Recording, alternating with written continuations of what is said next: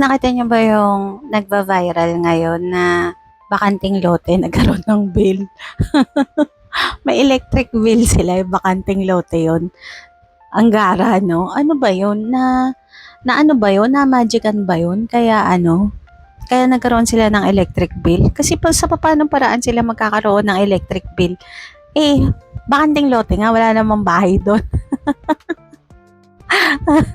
Pero sabi nila, yung sitwasyon ngayon sa kuryente, ano lang daw yan, pan-distract lang daw yan. Hindi naman talaga parang sinasadya napapansin nyo ba? Kasi simula nung nagka-problema tayo sa kuryente, lahat na lang tayo, lahat ng energy natin, lahat ng focus natin, nasa kuryente. 'Di ba? Kasi nga problema tayo Hirap tayong mag-survive araw-araw. Nawawala yung focus. Saan? Sa flood control. Nawala yung attention natin sa flood control. So, dapat pag-usapan natin lagi yung flood control.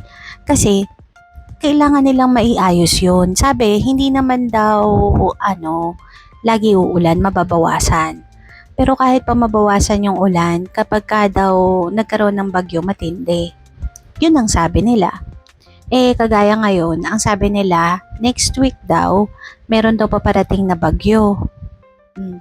Tapos, yung bagyo daw na yun ay apakalakas, sabi. Pero, sana daw hindi mag-landfall. Di pa rin naman daw sila sigurado kung magla-landfall. Pero kung sakali man sana makaipon tayo ng tubig, lalo yung para sa Angat Dam, no?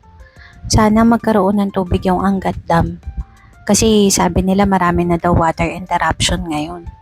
Kaya talagang dapat bumili tayo lagi ng mga mineral water.